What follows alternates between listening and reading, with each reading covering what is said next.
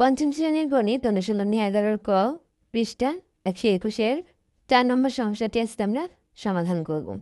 তো দেখো এখানে দেওয়া আছে যে লতিফ বাজারে গিয়ে 3.5 কেজি চাল, 8 হেক্টোগ্রাম সবজি এবং 2400 গ্রাম মাংস কিনলেন।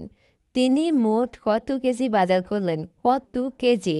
তার মানে এখানে যে হেক্টোগ্রাম, এখানে যে গ্রাম আছে, এগুলোকে আগে আমাকে কেজিতে নিয়ে যেতে হবে, তারপরে হচ্ছে মোট কত কেজি বাজার করলেন সেটার হিসাব। এখানে আছে 8 হেক্টোগ্রাম সবজি আর এখানে আছে 2400 গ্রাম মাংস। তাহলে এটাকে আমি আগে কেজি বানাবো। তা দেখো যে সবজি কিনলেন 8 হেক্টোগ্রাম, তাহলে এই হেক্টোগ্রামকে আমাদেরকে কেজিতে বানাতে হবে। তা আমরা জানি যে 10 হেক্টোগ্রাম সমান সমান 1 কেজি। তাহলে 8 ভাগ 10 এবার হচ্ছে কেজি।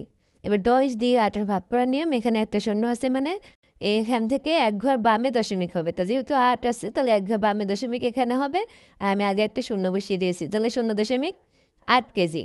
মাংস কিনলেন 2400 গ্রাম। এখন গ্রামকে আমাদেরকে আবার কেজিতে নিতে হবে। তা আমরা জানি যে 1 কেজি সমান সমান 1000 গ্রাম। তাহলে 2400 ভাগ 1000 কেজি।